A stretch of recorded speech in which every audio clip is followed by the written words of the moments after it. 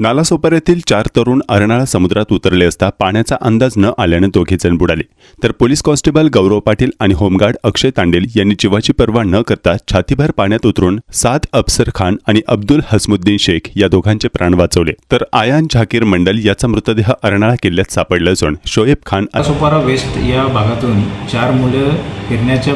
निमित्ताने समुद्रकिनारी आली होती अर्नाळा येथे. तर जेव्हा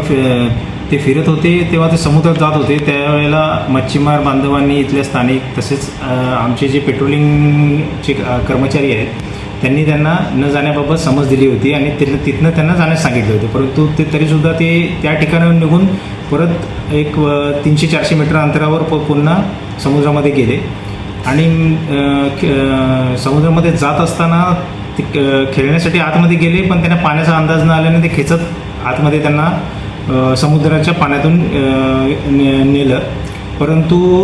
त्यानंतर ते जी 2 पोरं आतमध्ये गेली त्यांना वाचवण्यासाठी दुसरी 2 पोरं पण जात होती. हे कळताच त्यांनी आरडाओरडा चालू केला आणि त्या दरम्यान आमचे पेट्रोलिंगचे जे कर्मचारी होते त्यांनी ते बघितलं आणि ते तात्काळ त्या ठिकाणी जाऊन त्यांनी जी 2 पोरं पाठी गेली होती त्यांना बाहेर काढलं आणि जी समुद्रात खोलवर गेली त्यांना ते काढण्यामध्ये अपयश आलं आपल्याला. त्यानंतर मग आम्ही स्थानिक मच्छीमार,